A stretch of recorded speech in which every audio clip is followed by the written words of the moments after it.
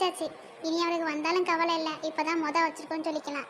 ஆமா ஆமா ஏக்க, அங்க திரும்பி பாருங்கக்க.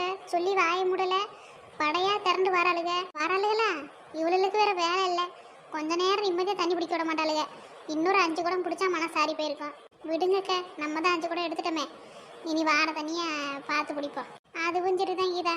சின்ன பொண்ணு, இப்ப பாரு, அவ்வளவு தண்ணியே பிடிக்கலன்னு சொல்லுவாள் பாரு. ஏன் வசந்தி அக்கா அப்படி சொல்றிய?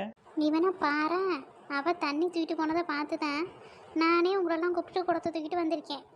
ஆனா அவ தண்ணியே நான் எடுக்கல சின்ன பொண்ணு, இப்பதான் குடமே வச்சிருக்கேன், இப்ப தண்ணி இப்பதான் வருதுன்னு சொல்லுவா பாரு.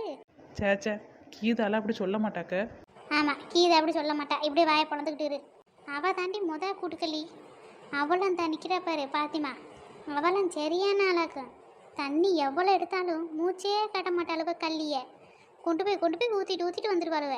அப்படியாக்கா சொல்றிய? ஆமாட்டி, வேணா கேட்டு பாரு. சரி இருங்கக்க, நான் வேணா கேட்டு பார்க்குறேன். கேளு பாப்பா.